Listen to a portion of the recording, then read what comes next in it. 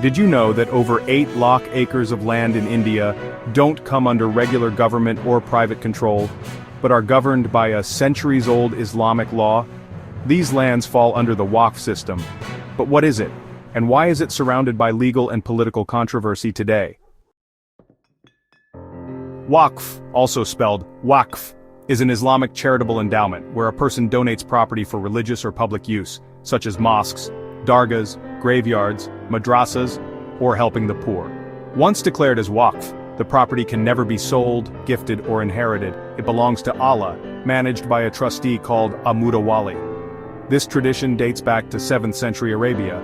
In India, it became prominent during the Delhi Sultanate and Mughal rule. After independence, the Waqf Act of 1954 and its amended version in 1995 created state Waqf boards and the Central Waqf Council to regulate these properties.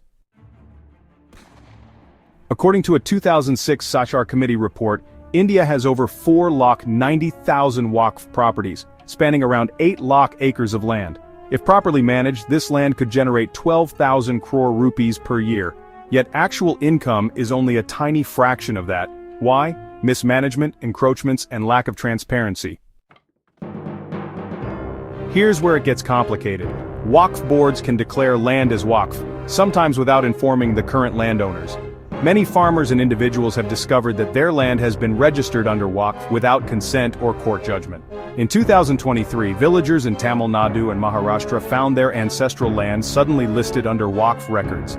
Legal cases are mounting, with people questioning, can a religious board override land titles granted by the state? According to Section 40 of the Waqf Act, if the board believes a property is Waqf, it can notify it as such. Though owners can appeal, the burden of proof is on them. Many see this as unjust. To address rising concerns, the Waqf Amendment Bill 2024 was introduced. It seeks to remove Section 40 and allow civil courts to settle such disputes, taking away absolute power from the Waqf boards. It also tightens rules against illegal sale or lease of Waqf lands and encourages digitization of records. This aims to strike a balance, preserving religious charity while protecting citizen rights and land ownership. Critics argue that the Waqf board functions like a parallel land ministry, outside democratic checks. Others see attempts to reform it as targeting a minority community, but at its core, the issue isn't religion. It's about transparency, legal clarity, and accountability.